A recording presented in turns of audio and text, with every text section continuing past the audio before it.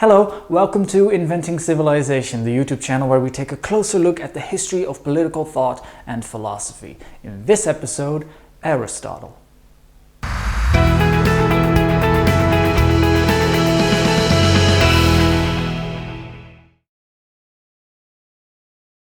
Aristotle was the third great philosopher of ancient Greece after Socrates and Plato.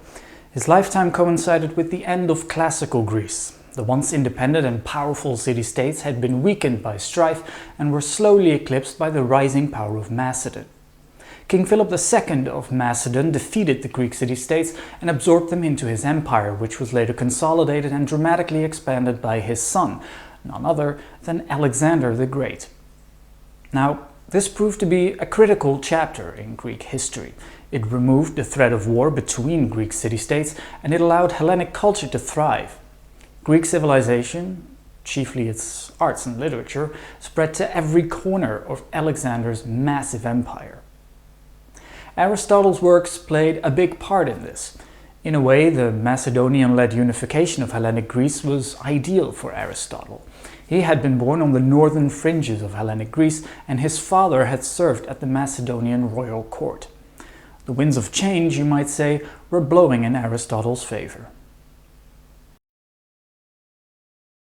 Aristotle was born in 384 BC in a town called Stagira in northern Greece, a few dozen miles from the location of the modern city of Thessaloniki. His father served as a physician at the Macedonian royal court in Pella, so we can assume that Aristotle's family was financially well off. He lost his parents at an early age and went to study at Plato's academy when he was 17. It's important to note that unlike Socrates and Plato, Aristotle was an outsider in Athens. Citizenship was a very exclusive affair, subject to inheritance, and Aristotle would have belonged to a class of people known as the metics, what we today might call a migrant worker. Metics shared all the burdens of citizenship, but virtually none of the privileges, and Aristotle would, for example, not have been able to take part in the city's democratic decision-making process.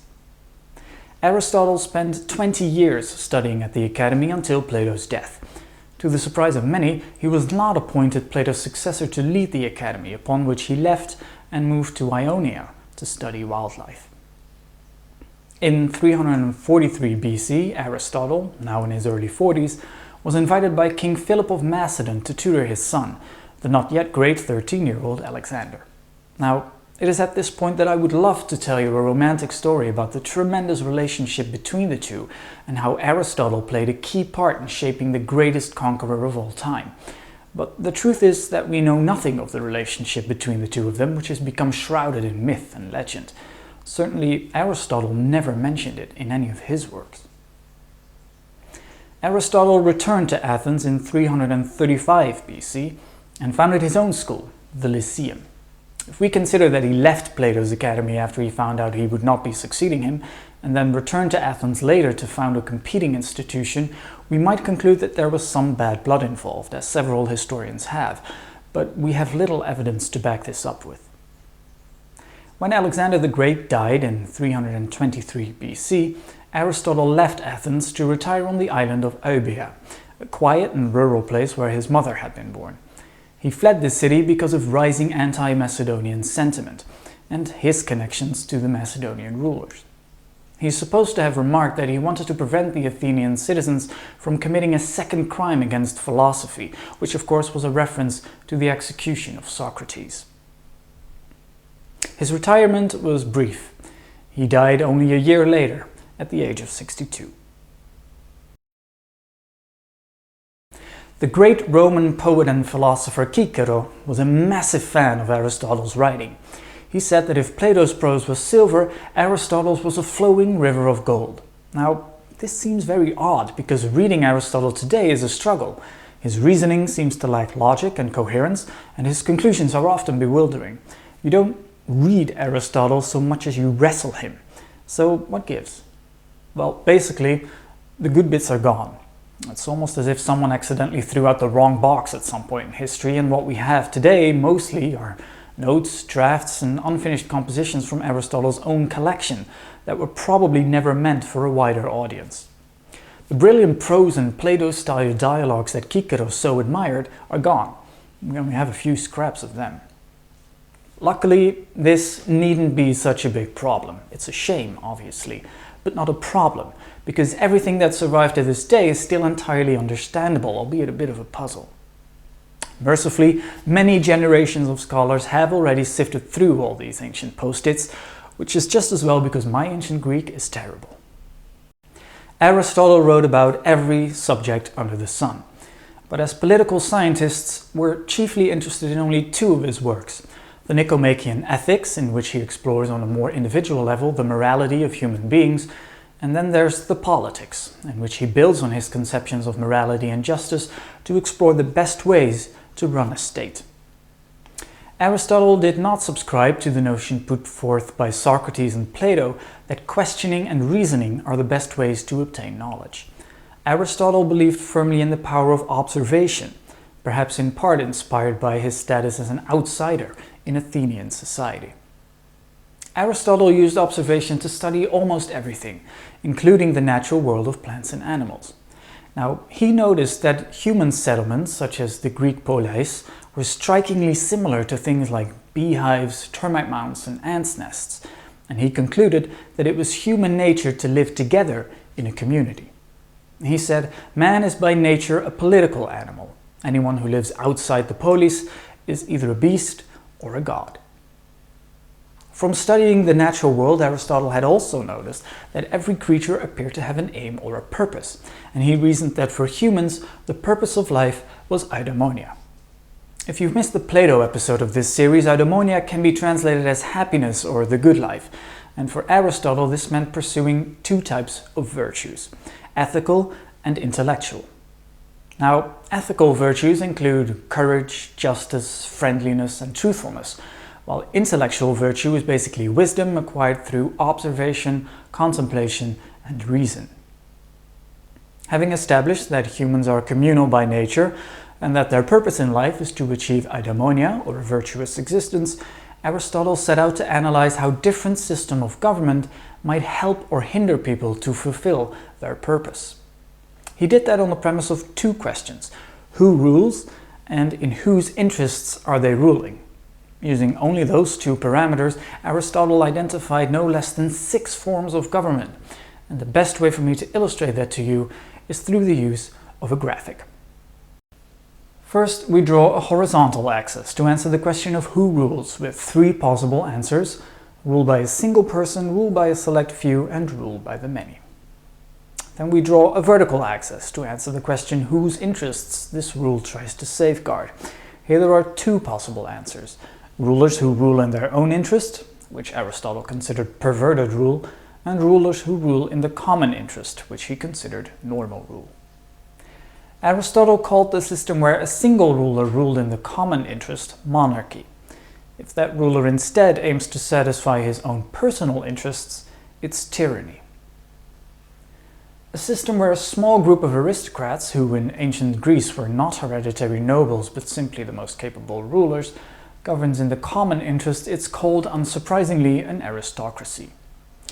Should the rulers tend to their own interests instead, it becomes oligarchy.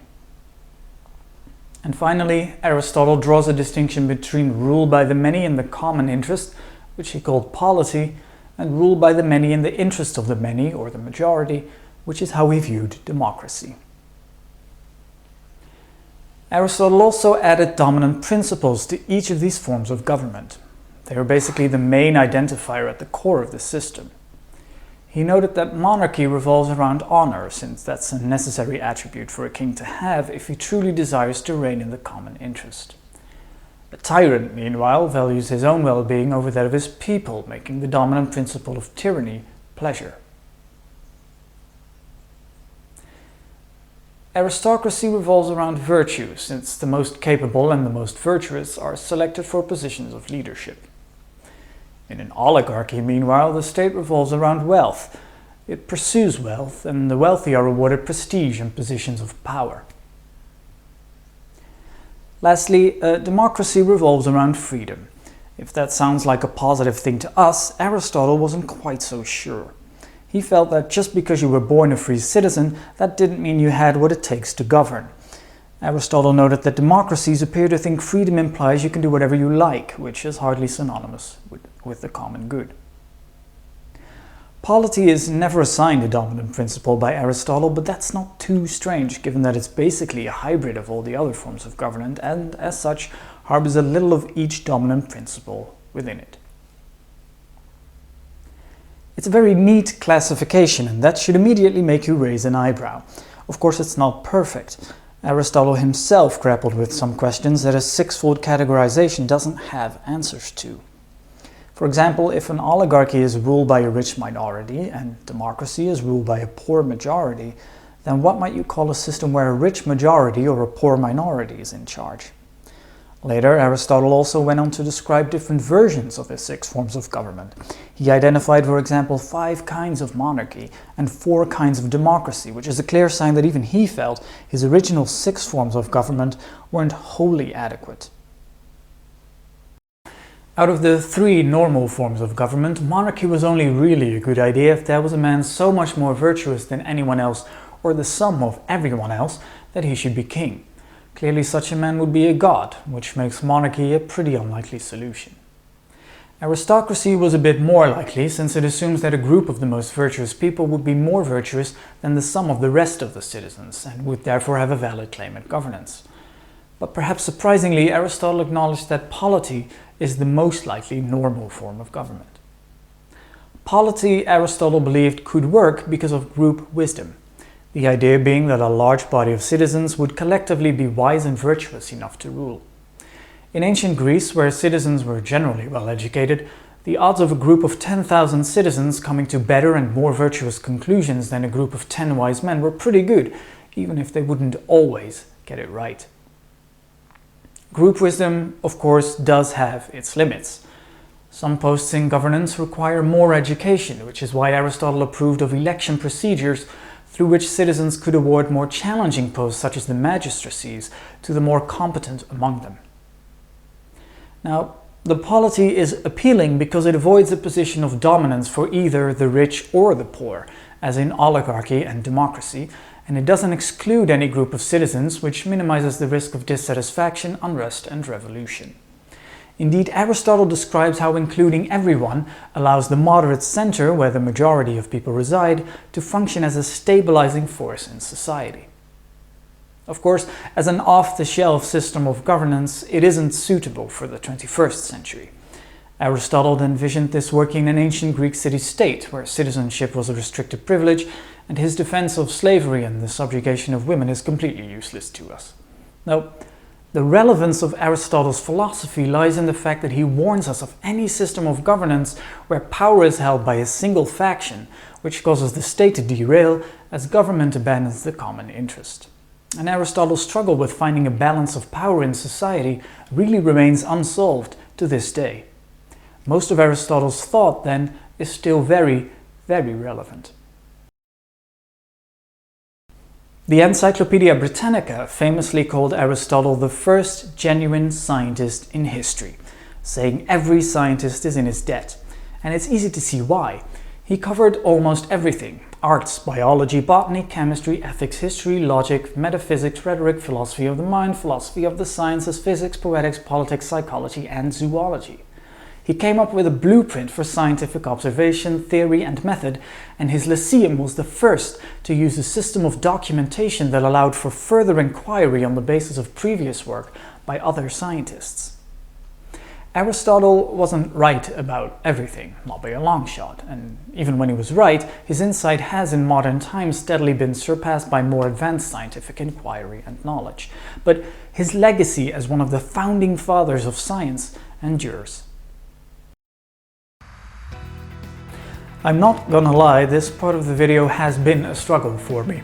There's a certifiable jungle of interesting books and articles on Aristotle out there, and depending on what you're looking for exactly, you'll want to read different things. So, first up is I'm gonna assume that you'd like to acquire more general knowledge about Aristotle's views on politics. One of the monumental works in the study of Aristotle is W.L. Newman's The Politics of Aristotle from 1887. It set the standard for a long time, and because it's quite old, it's now in the public domain, which is a nice bonus. It's a very exhaustive book, however, so you might like to hop through it initially, reading only those parts that cover subjects that interest you the most. Of a similar legendary status is Ernest Barker, who wrote The Political Thought of Plato and Aristotle in 1906. Again, this is an all-encompassing book that you may wrestle with a little bit, but if you're looking for a book that takes your hand and guides you through Aristotle's political views, you can't really go wrong with either of these. If you prefer more topical approaches, then there are two books from the late 20th century that you should definitely take a look at. The first is David Keyt's and Fred D. Miller's A Companion to Aristotle's Politics from 1991. The book is a collection of essays that were written over the course of 100 years by various authors. It explores different subjects such as Aristotle's conception of the state and Aristotle's criticism of Plato. Now, I think this book is interesting chiefly because it offers so many different views from different authors who lived in different times. In the same vein is Lord Cairns and David O'Connor's Essays on the Foundations of Aristotelian Political Science, also from 1991. The essays in this book, again by various authors, explore in more detail different aspects of Aristotle's political treatises. You'll find, for example, essays on the position of women in society, as well as his views on monarchy and Athenian democracy. Now, for many of you, these four suggestions might not be that appealing for a variety of reasons, so I'd like to draw your attention to the website of Stanford University, where you can find an introduction to Aristotle and a pretty exhaustive list of interesting literature on various aspects of his work. For that, please visit this website. You can also find all of these sources in the description box below this video. Well, that concludes this episode. I hope you've enjoyed it. I'd like to thank you very much for watching. See you next time. Goodbye.